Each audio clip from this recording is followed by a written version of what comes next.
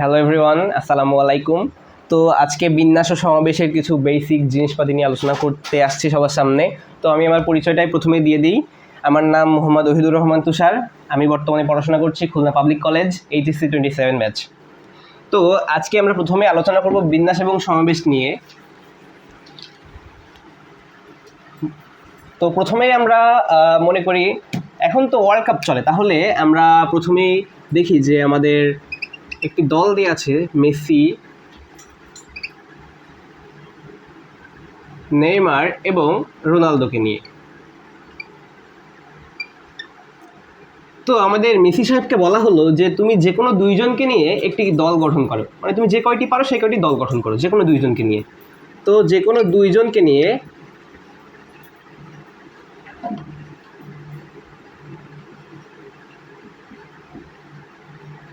দল গঠন করতে আমাদেরকে বলা হলো। তাহলে যে কোনো দুইজনকে নিয়ে যখন দল গঠন করতে বলা হলো, তাহলে সেক্ষেত্রে মেসি প্রথমে কি করবে, যে সে নিজেকে দলে রাখবে, অর্থাৎ মেসি এবং নেইমার একটি দল বানাবে। তারপরে আরেকটি দল বানাবে, সেটা হচ্ছে মেসি এবং রোনালদো।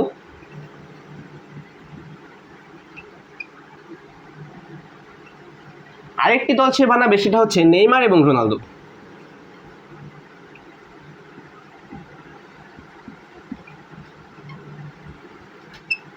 তাহলে এখানে মোট 3টি দল হচ্ছে। তো তোমরা এখানে বলতে পারো যে মেসি এবং নেইমারকে নিয়ে একটা দল বানালো, তাহলে নেইমার এবং মেসিকে নিয়ে অর্থাৎ এইরকম একটা দল কেন হলো না? নেইমার এবং মেসিকে নিয়ে একটা দল কেন হলো না? তো একটি জিনিস লক্ষ্য করে দেখো, এই মেসি এবং নেইমার এক টিমে থাকা আর নেইমার এবং মেসি এক টিমে থাকা, দুইটা টিম কি সেম হয় না? দুইটা টিম কিন্তু সেমই হয়। তুমি আর তোমার ভাই যে কথা, তোমার ভাই আর তুমি কিন্তু সেই সেম কথা, অর্থাৎ একই টিম থাকে। তাহলে আমরা এই দুইটাকে মোট সর্বোচ্চ এখানে আমরা কয়টা টিম পাবো? মোট আমরা এখানে দল পাবো মোট 3টা। মোট আমরা 3টা দল পাবো এখানে। এরপরে যদি আমরা দেখি যে আরেকটি 3টি লেটার দেওয়া আছে আমাদের এখানে, এ বি এবং সি, 3টি লেটার দেওয়া আছে। 3টি লেটার দিয়ে আমাদেরকে বলা হলো যে কোনো দুইটি নিয়ে শব্দ গঠন করতে বলা হলো। তো যে কোনো দুইটি নিয়ে যখন আমরা শব্দ গঠন করব, সেক্ষেত্রে আমাদের আসবে কোনটা কোনটা? সেক্ষেত্রে আমাদের আসবে এ আর বিকে নিয়ে, অর্থাৎ এই এ আর বিকে নিয়ে একটি দল হবে, বি আর সিকে নিয়ে একটি দল হবে, এবং সি আর একে নিয়ে একটি দল হবে। এবার একটু চিন্তা করে দেখো, এ আর বি নিয়ে যদি দল হয়, সেক্ষেত্রে বি এবং এ নিয়েও কিন্তু আরেকটি শব্দ পাওয়া যাবে। আমাদেরকে শব্দ গঠন করতে বলা হয়েছে, এখানে আমাদের অর্থপূর্ণ শব্দ হতে হবে এমন কোনো কথা নেই। সুতরাং আমরা এ বিকে একটি শব্দ ধরলাম, বিসি এবং সি এ 3টি আমরা গঠন করলাম। এরপর আমরা যদি এই এ কে পরে এবং বি কে আগে লিখি, তখন কিন্তু আরেকটি শব্দ তৈরি হয়ে যায়। আগের বেলা যেরকম আমরা দেখছিলাম যে নেইমারকে আগে লিখলে এবং মেসিকে পরে লিখলে দলের কোনো পরিবর্তন হয় না, কিন্তু এখানে এ কে পরে লিখলে বি কে আগে লিখলে কিন্তু সম্পূর্ণ শব্দের চেঞ্জ হয়ে যাচ্ছে। A B R B A দুইটা কিন্তু সম্পূর্ণ চেঞ্জ, দুইটা শব্দ। তো সেক্ষেত্রে আমরা আরও দুইটি পাই, সেটা হচ্ছে সিবি এবং এ সি। তাহলে আমরা এখানে মোট কয়টি শব্দ পাচ্ছি? সেটি হচ্ছে মোট 6টি শব্দ পাচ্ছি। এখন বিন্যাস কোনটা, সমাবেশ কোনটা, এটা যদি তোমাদেরকে একটু বলি, সেক্ষেত্রে যদি আমাদের দল অথবা শব্দ গঠনের পরে আমরা যদি দেখি যে উপাদানের ইন্টারচেঞ্জ করলে যদি নতুন কোনো দল না পাওয়া যায়, সেক্ষেত্রে আমরা সেটাকে বলবো সমাবেশ।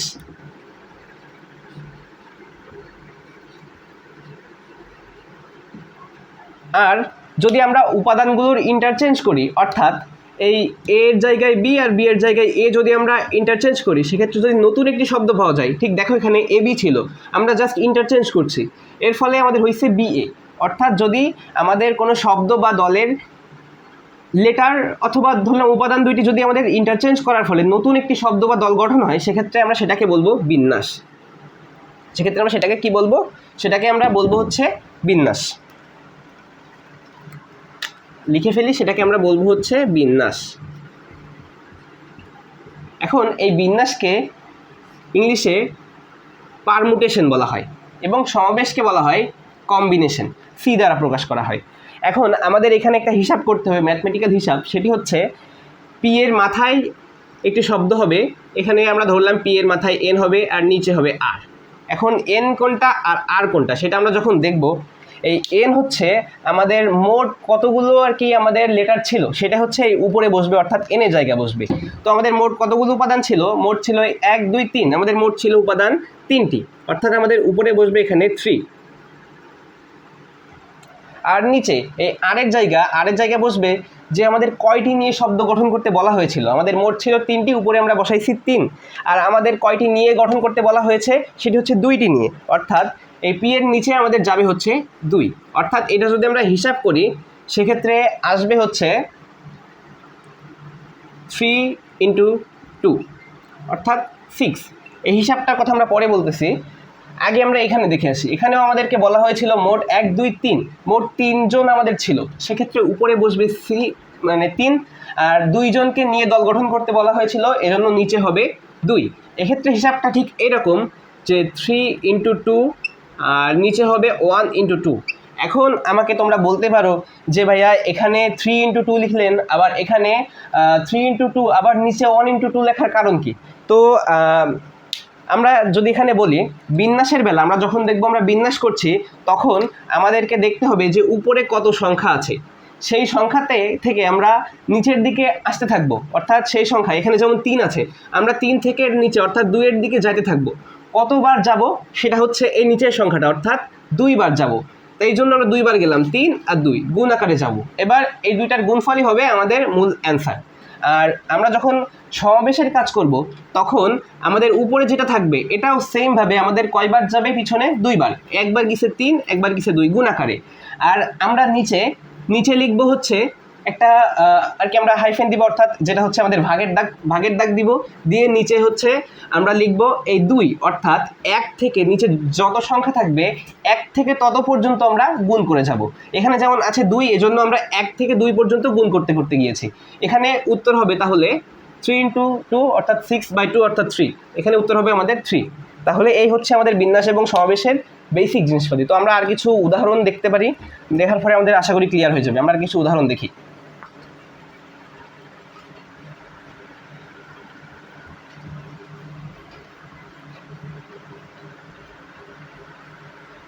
মার্কার থাকলে দে, তোর মার্কার থাকলে দে তো।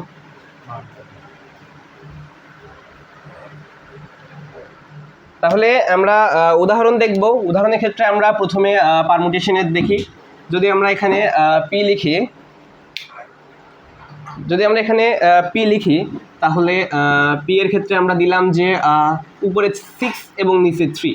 সেক্ষেত্রে আমরা পারমুটেশন যখন করব তখন আমি তোমাদেরকে বললাম যে উপরে যে সংখ্যাটি থাকবে সেটা আমরা নিচের দিকে গুণ করতে আসবো, অর্থাৎ 6 5 × 4 কতবার আসবো সেটা হচ্ছে এই নিচের সংখ্যাটা নির্দেশ করবে। যা আমরা 6 থেকে পিছন দিকে আসবো 3 বার, অর্থাৎ 6 5 এবং 4, এই 3টা আমরা গুণ করে দিব। এই 3টা গুণ করে দিলে আমাদের যেটা আসবে সেটা হচ্ছে 4 5 20 120, সম্ভবত এটাই আসে। 6 2 12 120 এটাই আসবে। আর আমরা যদি আরেকটা উদাহরণ দেখি সেটা হবে হচ্ছে 8p4। 8p4 যদি আমরা দেখি তাহলে আমরা সেম আগের মতো উপরে যে সংখ্যাটা থাকবে সেটা আমরা নিচের দিকে গুণ করতে যাব, অর্থাৎ 8 × 7 × 6 × 5 কতবার যাব, নিচের যে সংখ্যাটা আছে আমরা ততবার পিছন দিকে যাব। অনেকে মনে করতে পারে এই 4 অর্থাৎ 4 পর্যন্ত যাব, এটা কিন্তু না, আমরা 4 পর্যন্ত যাব না, আমরা যাব এইখান থেকে 4টা পিছন পর্যন্ত, অর্থাৎ 8 7 6 5। এখন এটাকে যদি গুণ করি তাহলে কত আসবে, এটাকে যদি গুণ করা হয় তাহলে 5 6 30, এটাকে যদি আমরা গুণ করি তাহলে 1680 আসবে, 1680। আচ্ছা, এটা হলো অ্যান্সারগুলো ভুল হইতে পারে, সবাই একটু মিলিয়ে নিও। তো আমাদের যদি এখানে 1680 আসে এবং এরপরে আমরা দেখব একটু সমাবেশ নিয়ে। আমরা সেমটার সমাবেশ করব। সমাবেশ যদি আমরা করি সেক্ষেত্রে দেখব আমরা সি বসাবো প্রথমেই, উপরে আমরা 6 দিলাম, নিচে 3 দিলাম। 6 আর 3 দিলে আমাদের সমাবেশের বেলায় আমরা কি বললাম যে প্রথমে একটা দাগ দেব, দেওয়ার ফলে উপরে কত বসবে, এই সেম সংখ্যাটা উপরে আমাদের বসবে, অর্থাৎ 6 থেকে 3 ঘর পিছন পর্যন্ত আসবে। 6 × 5 × 4 আগের মতোই। আর নিচে আমাদেরকে হিসাব করতে হবে 1 থেকে যত সংখ্যা থাকবে তত পর্যন্ত, অর্থাৎ 1 থেকে 3 পর্যন্ত আমরা গুণ আকারে লিখতে যাব, অর্থাৎ 1 × 2 × 3। যদি আমরা এটা হিসাব করি তাহলে অ্যান্সার আসবে আমাদের কত আসে, আমাদের এই 6 6 কেটে গেল, এটা অ্যান্সার আসবে 20, অর্থাৎ আমাদের 6C3 এর উত্তর আসবে হচ্ছে 20, এই 6P3 এর উত্তর আসবে 120। এটাই হচ্ছে বেসিক্যালি পার্থক্য। তো আমাদের এই সি এর বেলায় আমি তোমাদেরকে একটা প্রপার্টিজ দেখাই দিব, যেটা দেখলে আশা করি আমাদের এই যে সি এর বেলার এটা আর কি কখনোই আমাদের কখনোই আর কি এটা উল্টে যাবে না। একটা প্রপার্টিজ অলওয়েজ তোমরা মাথায় রাখবা, সেটা হচ্ছে NCR is equals to NCN minus R। এখন বলবো এটা কি, আমি বুঝতেছি না, তো আমি তোমাদেরকে সহজে এটা বুঝাবো। এটা হচ্ছে R আর এটা হচ্ছে আমাদের N। তাহলে এটা আমি যদি সহজেই বলি তাহলে মনে করো এখানে ছিল আমাদের 15C12। এখন এটা যদি আমাদের করতে হতো সেক্ষেত্রে আমরা প্রথমে আমরা সূত্রটা দেখাবো। 15CN minus R, N হচ্ছে 15, অর্থাৎ এখানে হচ্ছে 15 - 12, অর্থাৎ এখানে হচ্ছে 3, NC3। এক্ষেত্রে আমাদের হয়ে যাবে কত, 15 × 14 × 13। কতবার যাব আমরা? 3 বার যাব, অর্থাৎ পিছন দিকে আমরা 3 বার যাব। আর নিচে কত, 1 থেকে যত সংখ্যা থাকবে তত পর্যন্ত, অর্থাৎ 1 × 2 × 3। আর এটার ক্ষেত্রে কত সহজেই আমাদের বেরোয় যাবে। কিন্তু আমরা যদি এখান থেকে এটা করতে যাইতাম সেক্ষেত্রে আমাদের হয়তো আমরা 15 থেকে আমাদের পিছন পর্যন্ত আমাদের কতবার আসতে হতো, 12 বার আসতে হতো, অর্থাৎ 15, 14, 13, 12 এইভাবে আমাদেরকে 12 বার পিছনে যাইতে হতো, এবং নিচে 1 থেকে 12 পর্যন্ত আমাদের গুণ আকারে যাইতে হতো। সেটা না গিয়ে আমরা এখানে সহজেই এটা করতে পারতেছি। এবং এটার উত্তর আমাদের আসে হচ্ছে 455। এটার উত্তর আসে 455। আমাদের সহজে এটা মিলে যাচ্ছে। তোমরা যদি এইভাবে করো এক্ষেত্রেও এই সেম অ্যান্সার বেরোবে 455। এবং আমরা এটা তো সহজভাবেই বের করলাম।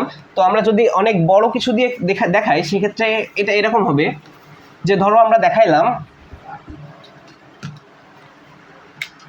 সাধারণত এরকম আসবে না, তবু আমরা যদি দেখাইলাম N, এই C নিচে আমরা দিলাম 99, সেক্ষেত্রে আমাদের যদি এখানে বড়ভাবে করতে হতো আমাদের 100কে 99 বার লিখতে হবে। এখন ভেবে দেখো 2.5 ঘন্টার আমাদের পরীক্ষা, আমরা যদি 100কে 99 বার লিখতে থাকি সেক্ষেত্রে আমাদের হয়তো 1 ঘন্টা একটা ম্যাথে চলে যাবে।